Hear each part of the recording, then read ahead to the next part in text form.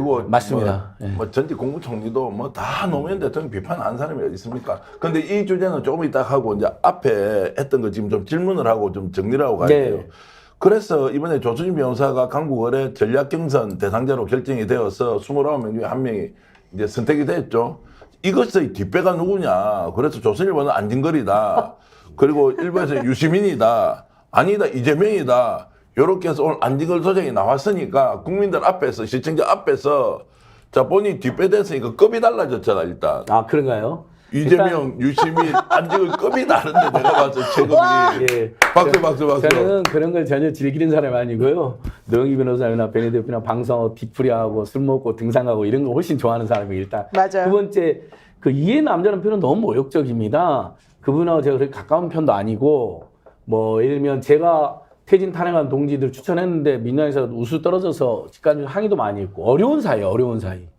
그리고 뭐 조수인과 관련해서 한 번도 솔직히 말씀드려 소통해 본 적도 없고, 그냥 제가 강북을 해서 박용진 후보님께 죄송하지만 박용진 후보님보다 더 좋은 사람, 더 투쟁적인 사람, 그다음에 범진보격에서 아우른 사람 냈으면 좋겠더라고요. 그래서 막 이런 사람 막 추천하고 있는 와중에 조수진 변호사님이란 분을 이야기하니까 제가 민변차관님, 그러니까 그쪽에서도 막 여기저기 추천 멤버들이 많이 있지 않았겠습니까? 자천 타천한 사람도 있고, 조수진 변호사님 제 추정컨대 노무현 재단 이사라는 아까 말씀하신 것처럼, 그 다음에 유시민의 알릴레오하고 스픽스 진행하면서 굉장히 대중성과 뭐랄까 좀 세련된 어떤 진보개혁 이미지를 가지고 있는 거, 그리고 민변 참여연대에서도 무난하게 활동했던 거, 이런 것들 다 종합해가지고 찐명 마케팅에 대해서 솔직히 당 안팎에서 우려하는 사람이 많았습니다. 근데 그런 분들도 많으니까 차라리 색채가 친명이 아닌, 친명 색채가 없는 사람으로 아래 밀자라고 당 안팎에서 논의가 모아진 걸로 알고 있습니다. 조선일보는 그럼에도 불구하고 조수진을 찐명으로 낙인 찍혀서 공천 갈등을 부추기고 싶은 건데 도저히 그런 흔적이 하나도 없으니까 유일한 고리로 이재명 대표랑 제가 개인적인 인연이 조금 있는 걸 부추기기 위해서 이해 남자, 저는 굉장히 모욕감을 느꼈습니다. 저는 모욕감을 이재명의 느꼈습니다. 남자가 아닙니다. 죄송합니다. 저는 서민의 남자고, 예, 퇴진 탄핵의 일꾼으로 그냥 기억되고 싶습니다. 저는 요거 하나 꼭 말씀드리고 싶어요. 오늘 조수진 변호사 이제 거의 사실은 제가 봤을 때 거의 확정이죠. 왜냐면 박용진 후보가 워낙 이 감점도 많이 받고 조수진 변호사는 또 플러스 요인을 받으니까.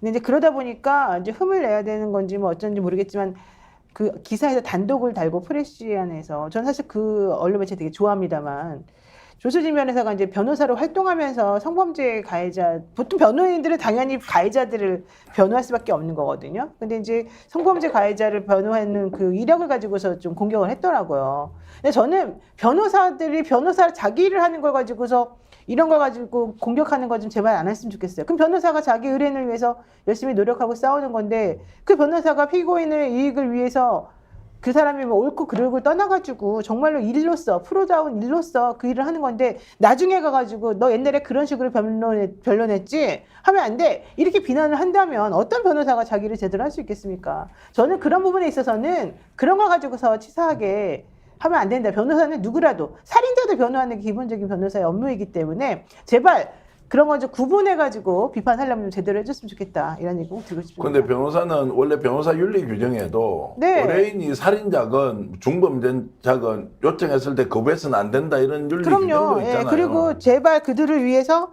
할 수 있는 모든 걸 다 동원해서 싸워주라는 게 원래 얘기예요.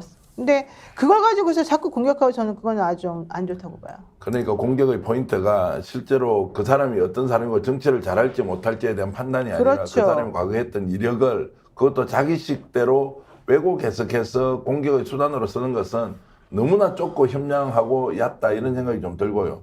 그래서 안진걸 소장은 빠져나가지 말고 내가 예. 계속 좀 질문을 하는데 어쨌든 뒷배가 안진걸이다라는 것은 아니지만 사실이 전혀 아니죠. 사실이 아니잖아요. 그런 영향력도 없고, 왜냐면 제가 추천한 사람들 대부분 떨어졌거든요. 아 근데 나는 기분이 김준혁 좋더라고. 교수, 부승찬 박사님 정도 빼는 거. 아니 나는 기분이 좋았던 게 네. 급이 완전히 달라졌어. 이재명 대표급, 유시민 작가급, 안진걸 그리고 내 친한 사람이고 이래서 약간 기분도 좋던데 그래서 이중 플레이를 하면 어때요? 진실을 고백할 때는 아니라고 하고 예. 남들이 그렇게 평가할 때 그렇습니까? 예, 알겠습니다. 이렇게 가면 안 되나? 제가 그런 걸 또 못해가지고요. 사실이 아닌데 사실이 아니라 그리고 그런 급이 아닌데 그런 급을 자처하면 그건 알겠습니다. 과장이고 뻥이 되고 그리고 그런 급이 되고 싶지가 않습니다. 저는. 제가 실제로 그 안진걸 소장하고 저하고 활동하는 연사들이 너무 많이 떨어져서 제가 네. 입장문을 냈을 정도예요. 예. 예, 이거 골라 떨어뜨린 거 아니냐. 안진걸 옆에 있으면 나 떨어뜨리는 거니까 예. 입장문 냈을 정도예요. 자, 떨어진 사람 이야기 직간접적으로 항의했다니까요, 저도 막. 안전을 때문에 떨어진 사람 그러면 같이 좌우중도 쫙쫙 정권 퇴진 운동 하다가 이번에 공천 신청해서 떨어진 사람. 자, 임세훈 소장. 이름을 이야기하면 안 됩니까? 그분도 이제 외부 활동 열심히 근데 뭐 하는데. 저 때문에 떨어진 건 아니지만 예. 그래도 제가 강하게 어필하고 정말 민주당 너무한다 해도 막 욕했던 근데 안 분들은 소장에 김종욱 대해서는- 박사님, 김정욱 박사도 있고 박영기 노무사님, 박영기 노무사님, 임세현 소장님, 예. 또 강윤경 변호사님, 부산 수연회. 강윤경 변호사님 민주당 앞에서 일주일간 1인시 했잖아요. 예, 예. 제가 매일처럼 가가지고 예. 같이 응원하고 너무한다. 어떻게 이럴 수가 있냐. 윤석열 심판 때문에 여러분들이 참니까 저도 뭐 항의는 했지만 적당히 참지만 총선 후에라도 이건 민주당의 현역 짬짬이나 기득권 그다음에 도대체 어디서 이런 것을 음습하게 결정하는 거에 대해서는 반드시 따지고 넘어가야 된다. 네. 총선 후에라도. 저는 지금도 그 각오는 변함이 없습니다. 자, 알겠습니다. 싸울 이제 때 싸울 이제 큰 질문을 좀 바꾸겠습니다. 그래서 이번에 조수진 변호사와 박용진 의원이 강북을에서 어쨌든 전략경선 지역으로 지정이 되고 투표를 하지 않습니까? 결과는 어떻습니까? 그냥 끝난 겁니까? 아니면 투표 결과를 봐야 됩니까? 안 소장 어떻게 봐요? 그건 알 수가 없죠. 일부 현역 의원들 중에는 동료 의원이라고 박용진 의원을 찍어달라고 문자까지 보낸 사례도 확인됐습니다. 당연히 그럴 수 있는 거죠. 자, 그러니까 평소에는 별로 사이가 안 좋았는데 박용진 의원이 코에 몰렸다고 생각했던지 일부 현역 의원이 응원도 하고 그런대요. 그러니까 그건 절대 이렇게 함부로 예단할 수 없지만 다만 조수진 변호사가 굉장히 인지도가 높고 대중적 또 신망도 있기 때문에 그분이 가까스로든 아니면 무난이든 이길 거라는 전망은 많은 것 같아요. 요렇게 오늘 내일 투표한다고 알고 있습니다. 자, 이렇게 지금 판단하고 있고 노면은 그냥 게임 끝났다 이렇게 보시는 겁니다. 네, 저도 지금 거의 게임 끝난 것으로 예. 저는 봐요. 근데 박용진 의원 입장에서는 너무 억울할 것 같아요. 예. 솔직히 말하면 지금 이게 전국에 있는 권리당원 70%하고 강북 을에 있는 권리당원 30%의 투표로 이 예. 결론이 나는 거고 박용진 의원이 이기려면 55% 이상을 받아야 되는 거잖아요. 먼저 이분들보다 훨씬 더 높게 해야 되는 거잖아요. 그러니까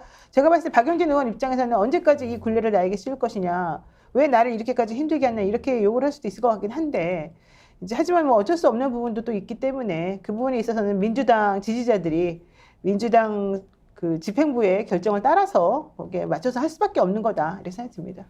결과 뭐 안 봐도 끝났습니까? 어떻습니까? 아니요, 근데 지금까지 그 경선 들어가면은 이변이 나온 적이 별로 없었던 것 같아요. 예. 예상대로 나왔기 때문에 벌써 박용진 의원은 한번 졌잖아요. 네. 그 여전히 불리한 규칙이라고 그러잖아요. 그러면 대권전합계 그냥 나가서 승부 보는 것도 저는 뭐 나쁘다 보지 않습니다. 그 당이 자기에게 불이익 준다. 저는 그 불이익을 받아들이는 것은 좀 올바르다 보질 않아요. 예. 그건 자기 불이익을 바꿔내는 것이 어떻게 보면 하나의 개혁이기 때문에 그래서 저는 지금도 도태우, 장해찬 나가 출마하는 것을 제가 그 특히 뭐 장해찬을 좋아하는 사람도 아니지만은 네.